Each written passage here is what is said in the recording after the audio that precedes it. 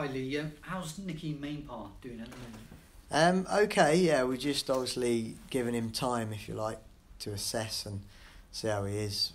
We naturally you'd have a scan of which that will happen over the next sort of 24 hours, but you want to give the injury time to sort of settle down.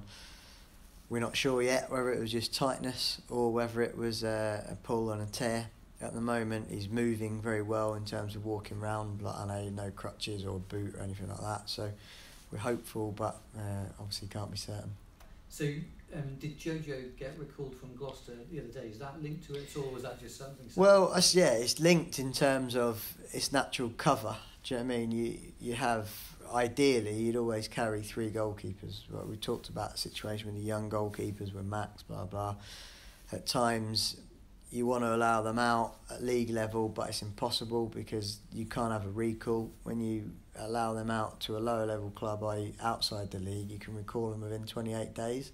So we always have to try and time it so that we can recall one. We limit our risk to bring them back if anything happens.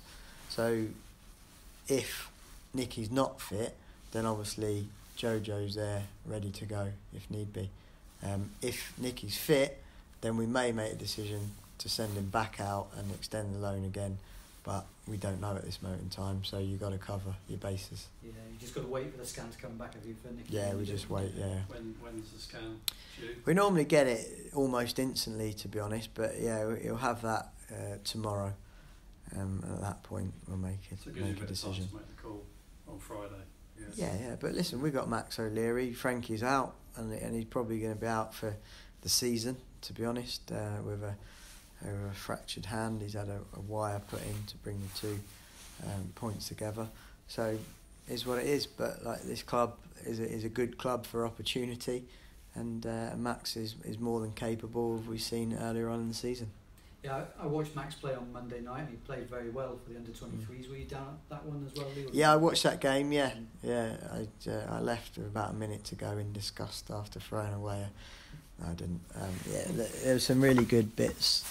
It was a good game, actually. It was exactly what we needed. Like, Forest had sort of 3 or 4 first-team players.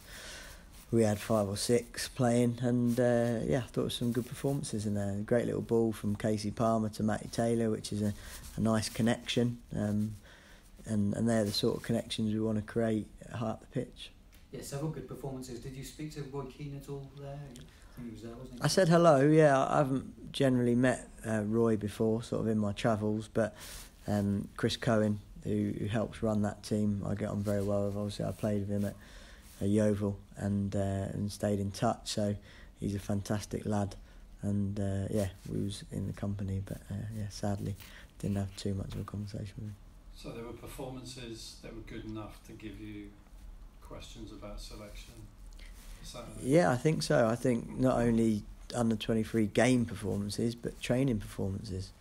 It is a difficult time for me at the moment in terms of team selection, because we've got a lot of players fit, and that should be something that you're excited about, and you are. But for me, the difficult thing is not the team often, it's the bench, because in any individual game, when you're selecting a bench, you're selecting almost from the what-if scenarios. So you assess, in total honesty, your own team, you assess the opposition, analyse the opposition with total honesty and clarity, and then often you pick a bench based on what might happen in that game, rather than potentially who's the best player or age or experience. And that's a difficult thing, because it leaves a bit of an inconsistency on the bench. But needs must. For example, do you need a fullback on the bench when you've got Bailey Wright that can play fullback and centre half, like we had with Bassano on Saturday?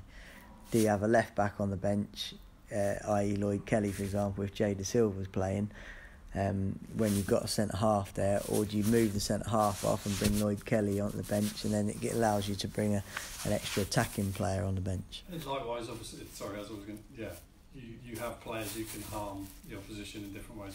Exactly, and that's the key. Do you know what I mean? You might play against a team with a low block, and you need somebody like Liam Walsh that can unlock a door with one through pass. On the flip side of that, you might need a Marley Watkins that likes a lot of space in front of him, that's quick and aggressive, and gets a lot of contact on the ball in the far post, and there's a chance of scoring. The Norwich one was a good example.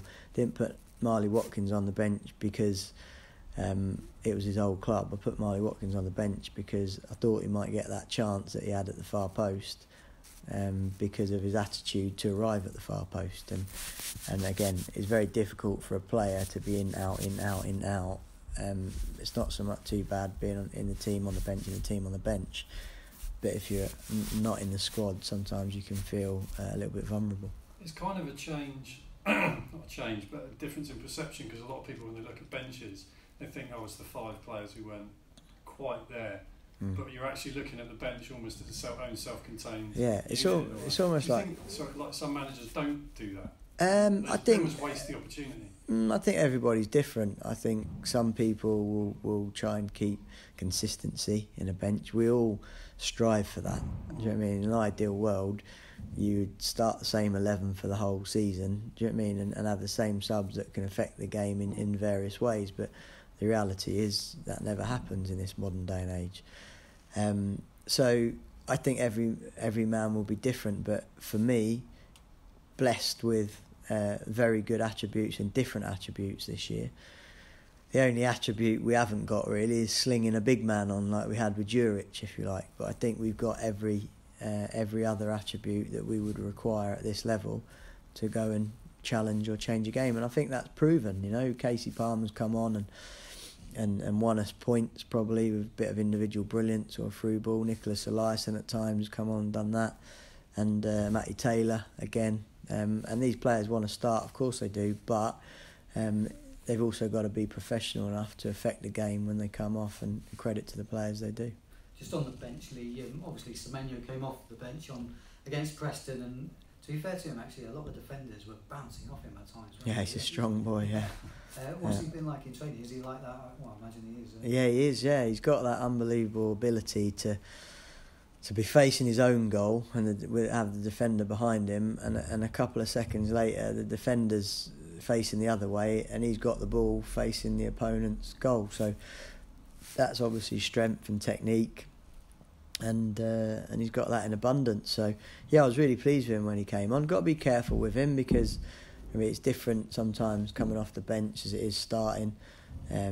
Given the fact that everybody's a bit more tired and fatigued, and it's almost a free hit, if you like, when you're coming on making your debut. But I certainly trust him, and I certainly believe in him as an individual and as a team player. So, yeah, he won't be too far away, that's for sure. Did it? I know that's a stupid question, right? Because you know, but his impact, did it almost surprise you how comfortably he looked? Didn't surprise me. I wouldn't put him on, would I? Do you know what I mean? Exactly that scenario, what we're talking about with the subs.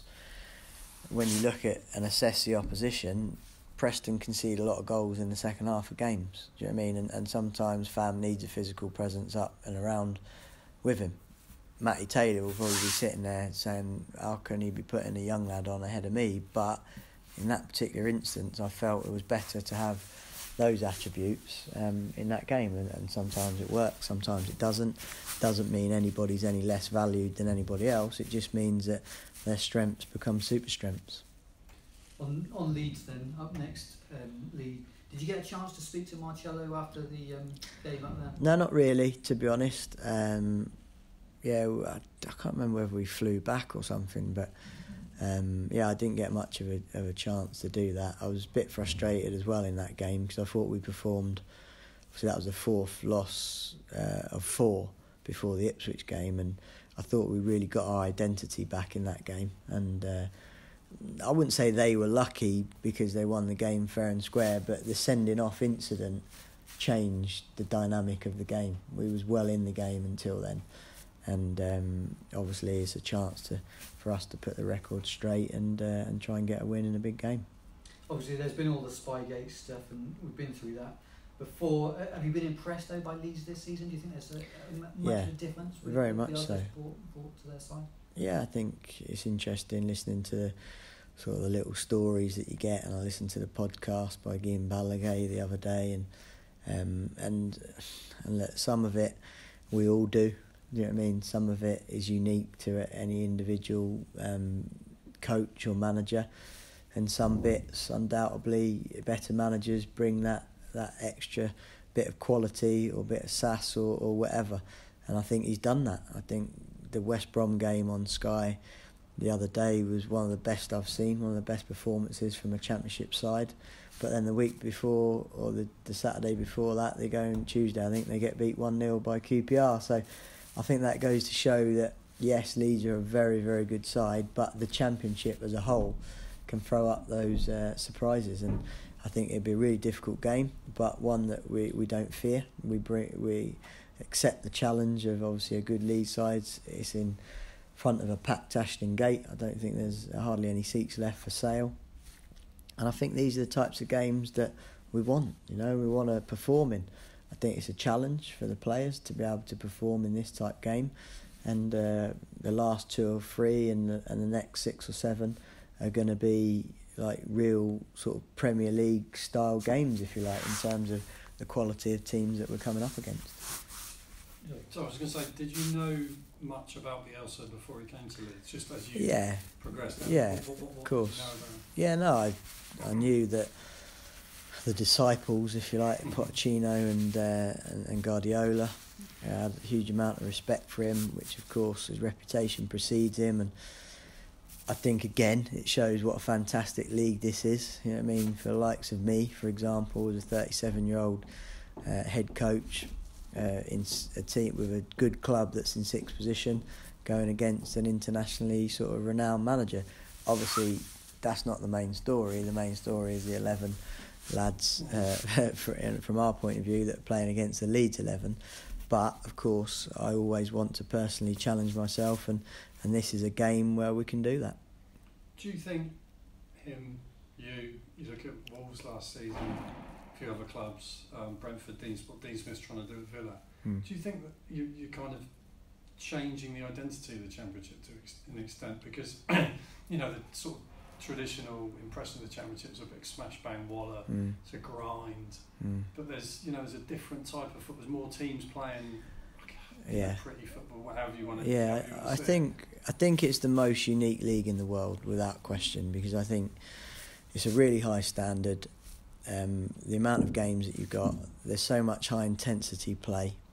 You can't play a slow build up in the Championship. If you do, you won't be successful. And I think you see a lot of foreign managers come into the Championship and struggle with that because they've been used to coaching at lower tempo leagues. And even though it's good standards, because Championship, people get paid well, there's good clubs, there's a sort of golden egg, if you like, of the Premier League finances. But it's so diverse, and I think that's where Bielsa probably should get the most credit, in the fact that he's brought a high intensity game to Leeds and clearly improved them both as individuals and as a team. But for me, to challenge myself and for Bristol City to challenge themselves against so many different styles and different makeups in different teams makes it, in my opinion, the most exciting league in the world.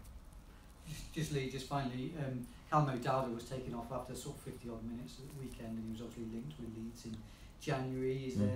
Is there any correlation between those two? Sort of maybe a dip in form, maybe might have had his head turned. No, well, listen, I think it's important that we resolve the situation with Callum.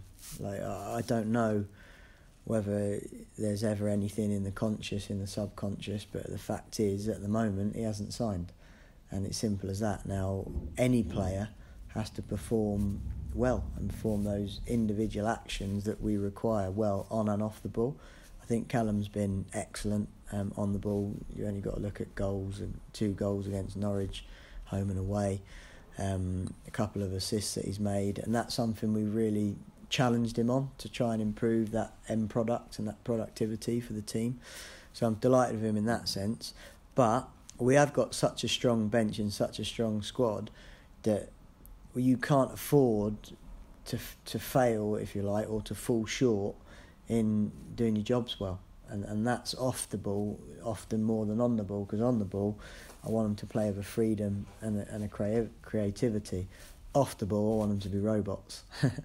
and that's the challenge really. And it's the concentration aspect. Yeah, and look, and I took Callum off because it wasn't negative on Callum, it was a positive on the player coming on. And we're not in a position now where we can tread on eggshells. I mean, in any particular situation. You've seen me make bold substitutions at half time.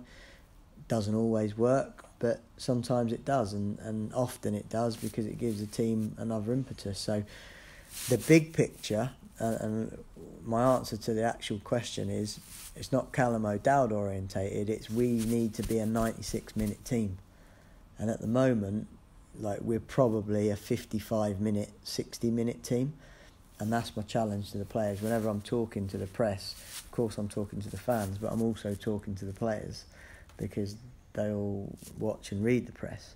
So those messages must stay consistent, and the message is we've got to improve to take our game to 96 minutes, because this level, if you have a bad 20 minutes or the opposition have a good 20 minutes, like Norwich for example, everybody's got enough quality to capitalise on that. That's right. Thanks very much. Okay. Thanks, guys. Thank you, Lee. Good luck for the weekend. Cheers.